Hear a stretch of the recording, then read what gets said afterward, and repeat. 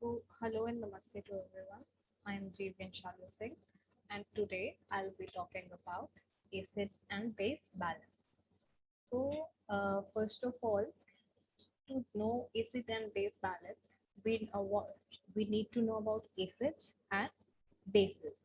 So, in previous lectures also, I've told you about what is acid and what is base. So, acids are basically those substances that are capable of donating protons, whereas bases are those which can accept your protons. So, once we know what is acids are those solutions, they basically donate your hydrogen ions, and bases, they will accept your hydrogen ions. So, if we talk about our human body, so pH of our plasma is 7.4. So that is pH when we say, so the average hydrogen ion concentration is your 40 millimoles per liter. So in normal life, the variation of plasma pH is very small. So our blood is very precise about the pH. So any change in blood pH may harm our organs. So pH of our plasma, if we talk about the range of what the range of our pH of our plasma is, it is 7.38 to 7.42.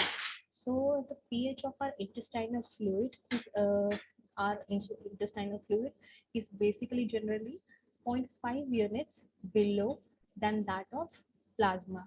So if in any case, if there is wide range or wide variation in changing pH values, there may be osmosis or there may be diffusion of fluids from blood to pH. So blood to your other organs or something. So now the next term which comes up when we talk about acid-base balance is your acidosis. So if the pH is below 7.38, matlab the range was 7.38 to 42. So minimum range is your 7.38. So if anyway pH goes below 7.38, it will be known as acidosis. So it is basically a life-threatening condition, as I told, that our body cannot take very much change in pH. So if it goes below 7.38, so this condition is known as acidosis. So if pH is lowered, matlab least minimum pH which can be lowered is up to 7.25.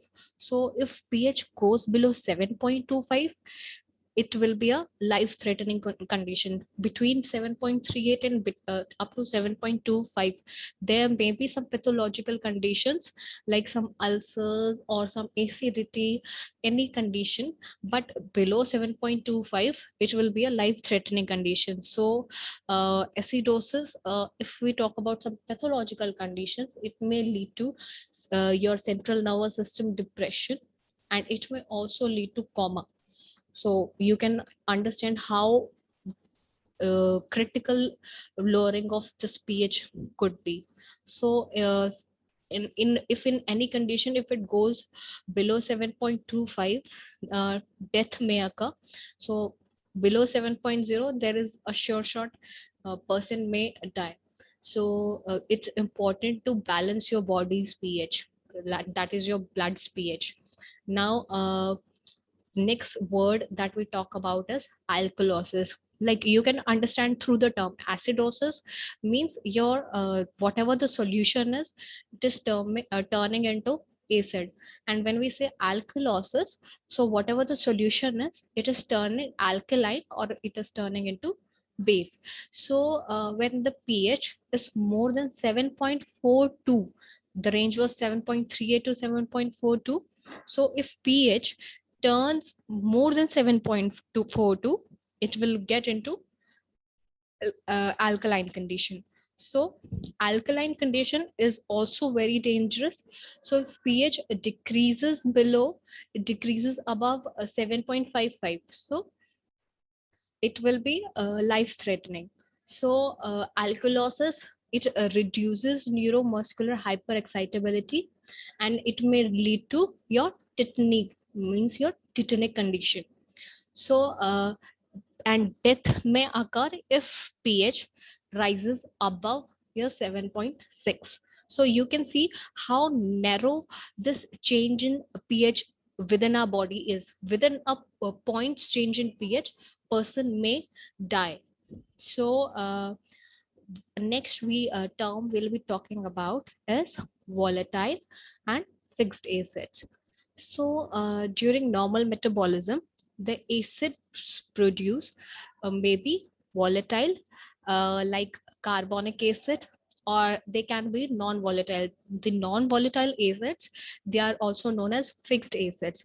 So the examples will be lactate, your keto acids, sulfuric acids, and your phosphoric acids. So metabolism produces early 20,000 milliequivalents of carbonic acid and 60 to 80 milliequivalents of fixed acids per day. So we can say that uh, uh, those non-volatile acids which are produced are around within the range 60 to 80 milliequivalents. So your volatile acids are produced more than your non-volatile acids. So next will be the lactate and keto acids are produced in relatively fixed amounts by normal metabolic activity. An example will be 1 mole of glucose. It produces 2 moles of lactic acid. Fine. So the dietary protein content, it decides the amount of sulfuric and your phosphoric acid. So the sulfoproteins, they yield sulfuric acids, and phosphoproteins and your nucleoproteins, they produce your phosphoric acids. So on an average of about 3 gram of phosphoric acid and of about 3 gram of sulfuric acids are produced within your body per day. So the carbonic acid, it is volatile. So being volatile, it is eliminated as your carbon dioxide by the lungs, and fixed are buffers, and later on the hydrogen ions are excreted by the kidney. So this part, when you'll be reading about kidney, your lungs, so you'll come across this point, the excretion by lungs. So next will be your mechanism of regulation of your pH. So let us suppose that our body undergoes some change and the pH of buffers has got altered, right? So if by any chance there is a case of acidosis, or if there is a case of alkalosis, so what will a body do? Since our body has its own defense mechanism, so our body will try to defend itself. So in order to defend itself, it will undergo various mechanisms. So these mechanisms which, or we can say defensive mechanisms, so there can be three type of defenses: first line of defense, second line of defense, and your third line of defense. So for first line of defense, there can be blood buffers. Blood buffers, firstly, blood itself has some of a buffering capacity or buffers in itself, which will change the pH. So blood buffers, they'll act as first line of defense. Now, second is your respiratory regulation. So our lungs, which will produce oxygen and carbon dioxide, it will act as second line of defense. And respiratory regulation is your second line of defense. Now third is your, so now third line of defense will be your renal regulation. So renal regulation, that is regulation taking place by your kidneys. So first line of defense is taking place by your blood. Second is taking place by your lungs. Third one is your taking place by your kidneys.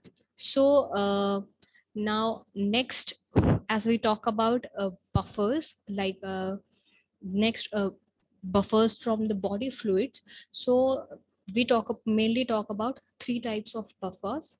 First one is your bicarbonate buffer system.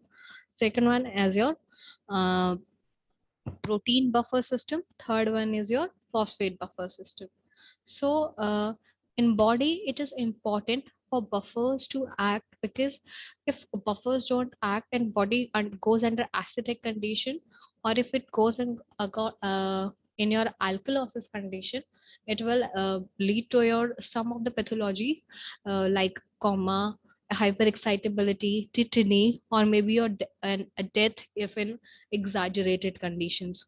So it is important for our body to defend itself and to for it to form buffers. So buffers, as definition has said, ki buffers they act as your first matlab, they can resist change in pH, and they can act as your line of defense. So when we talk about buffers from your body fluids, we are basically talking about your blood buffers. So these blood buffers, as I told, that they act as first line of defense against the acid load.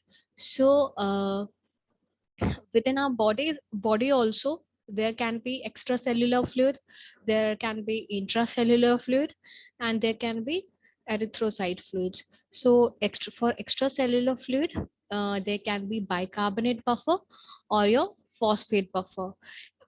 Within your intracellular fluid, there can be your phosphate buffer and there can be your protein buffer.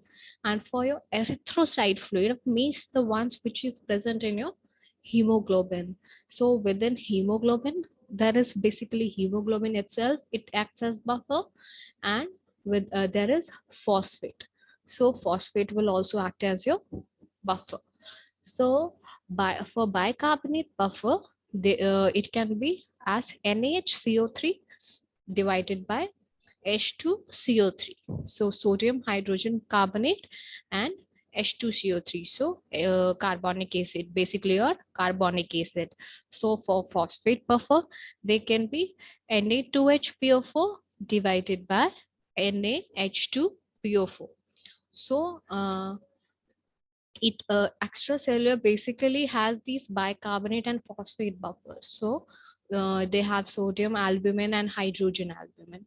So for intracellular fluids, they have basically your phosphate buffers and your protein buffers. So phosphate buffers, they have your potassium. So K2HPO4 or KH2PO4.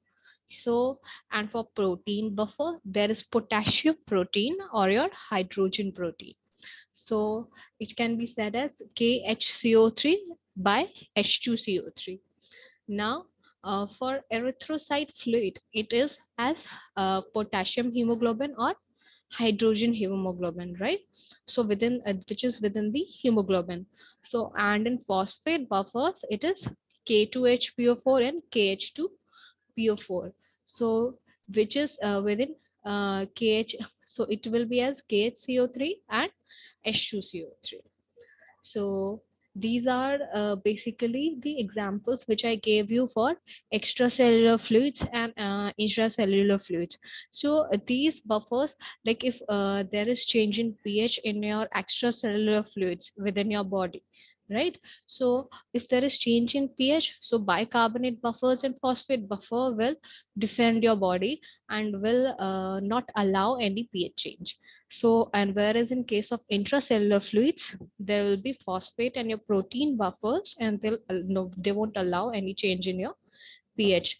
Next, within erythrocytes, hemoglobin basically will defend your body, and phosphate buffers will defend your body. Now, that's all for today. So in our next lectures, we'll be talking about in details about your buffers of body fluid, that is your bicarbonate buffer, your phosphate buffer, and your protein buffer. Since these buffers, already told you today itself that they have great importance in your body. So they are very important to know. So amongst these buffers also, bicarbonate buffer, it shows great importance then your phosphate buffer, or then your protein buffers. So for the next lecture, we'll be discussing this, and I hope for today's lecture you understood what was taught. And for any uh, issues, or if you have anything that you didn't understood, please do contact me. And thank you and take care.